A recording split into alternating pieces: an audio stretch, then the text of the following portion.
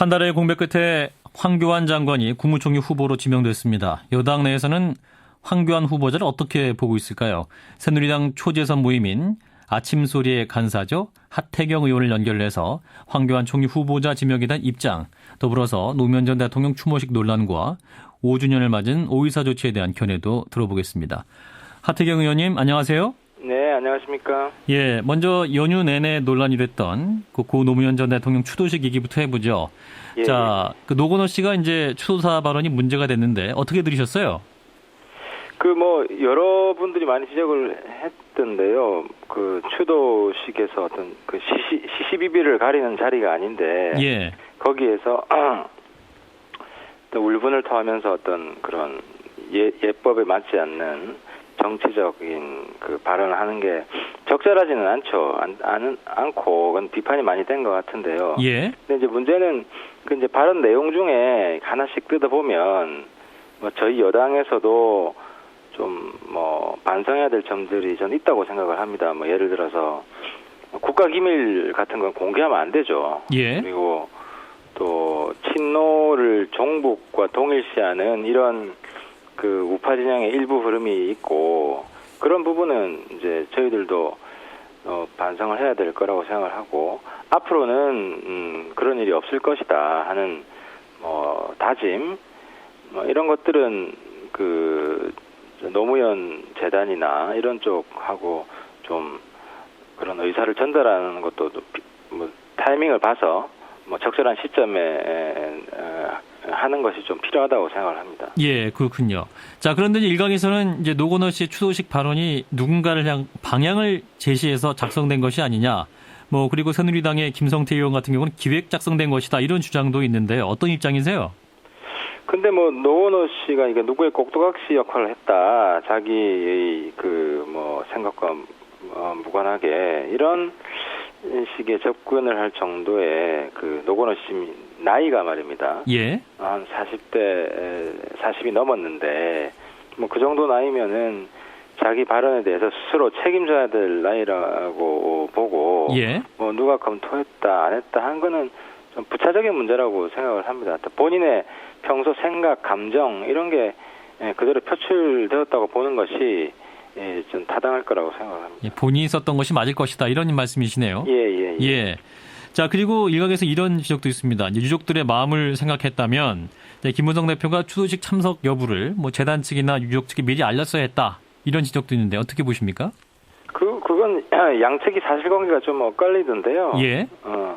근데 이제 김무성 대표가 거기 간다는 건 다 알고 있었고, 그래서 그걸 가지고 꼬투리를 잡는 것은 그건 의전 문제인데, 예. 의전 문제를 가지고 정치적으로 비판한다는 것은 서로 좀 모순된다고 생각합니다. 그래서 의전 문제에 김무성 대표가 결례를 만약에 했다고 하더라도 그 결례를 했기 때문에 정치적으로 공격을 한다는 것은 좀 아무튼 부합하지 않는 그런 논리 같습니다. 예, 일각에서 또 이런 주장도 있습니다. 김무성 대표가 대권 홍보 일환으로 물세례도 일부러 받으면서까지 가고 있다. 이렇게 보고 있는데 어떻게 보세요, 의원님은?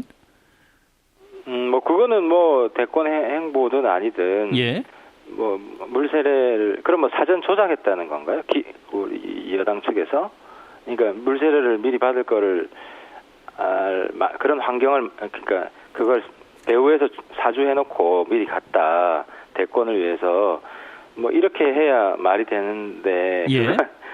근데 이제 그거 미리 알 수도 없고, 예. 그렇다고 해서 또 안 가는 것도 문제가 있다고 생각이 되고, 예. 서로 여야 할 것 없이 서로 불편한 자리에 자꾸 가서 설득하고 소통하고 이러는 것이 정치 발전이나 국민 통합을 위해서 도움이 된다고 생각합니다. 그래서 5.18 행사도 계속하고 여기 노전 대통령 추도식에도 계속 가는 것이 저는 맞다고 생각을 합니다. 예.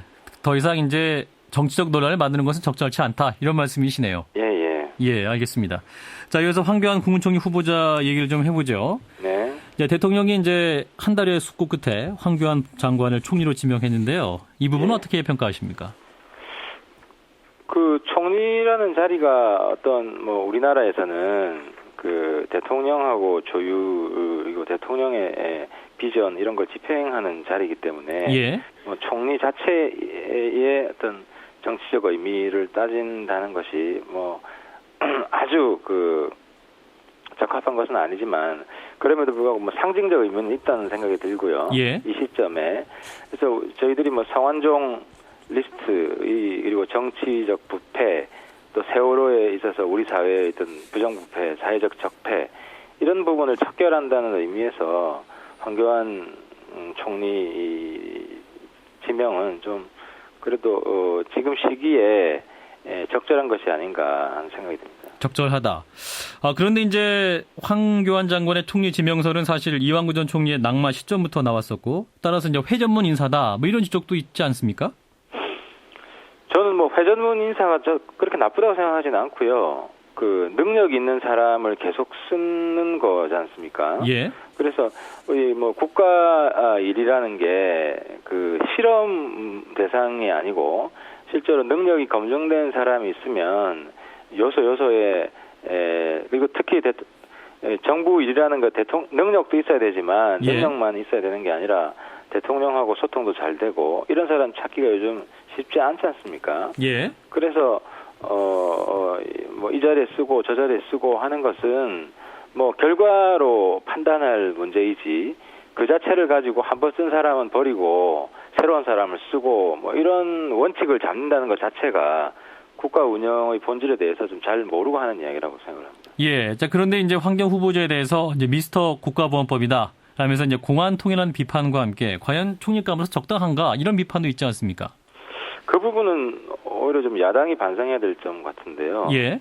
이제 통진당 해산 두고 하는 이야기 아니겠습니까?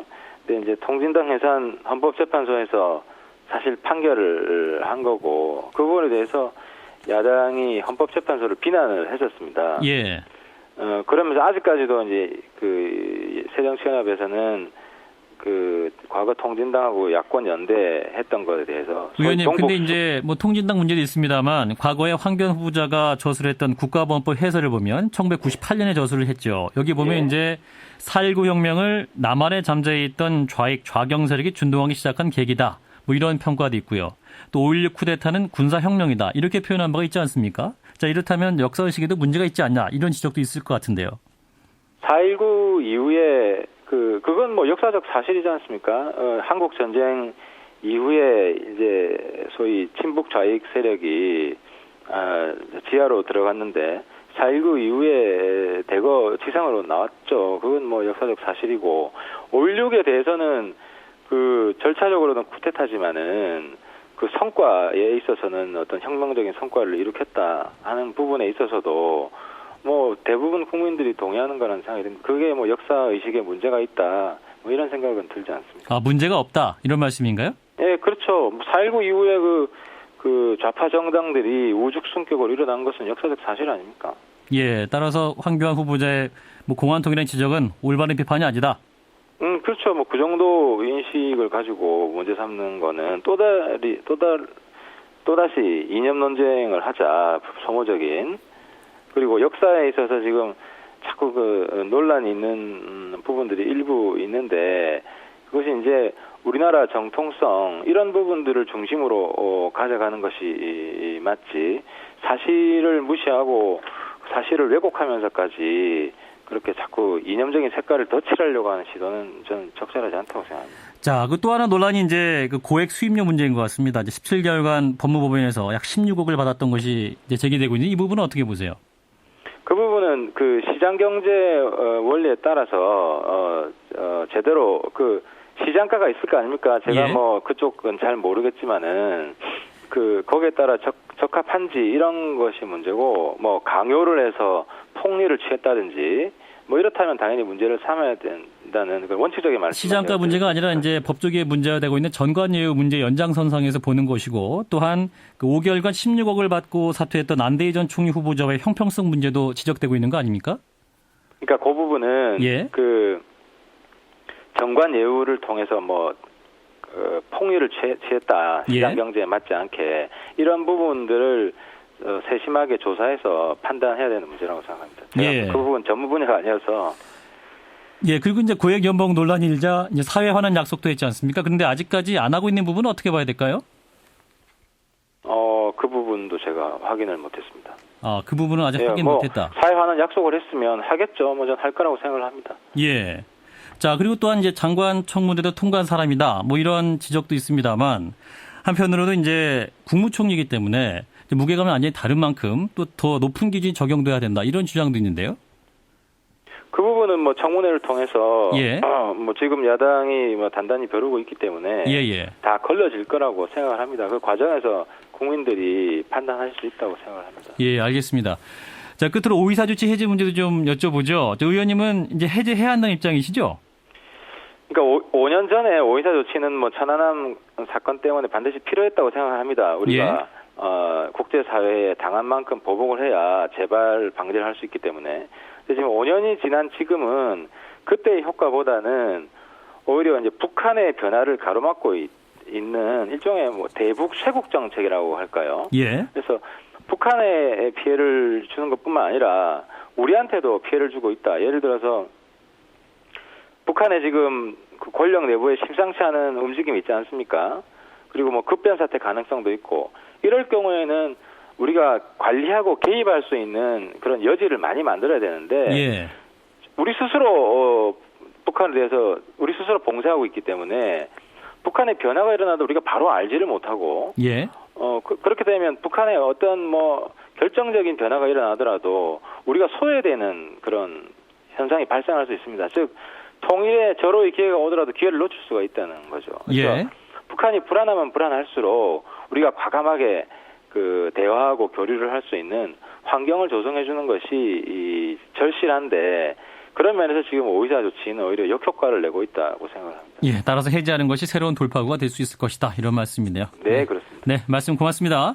예, 감사합니다. 네, 새누리당 하태경 의원이었습니다.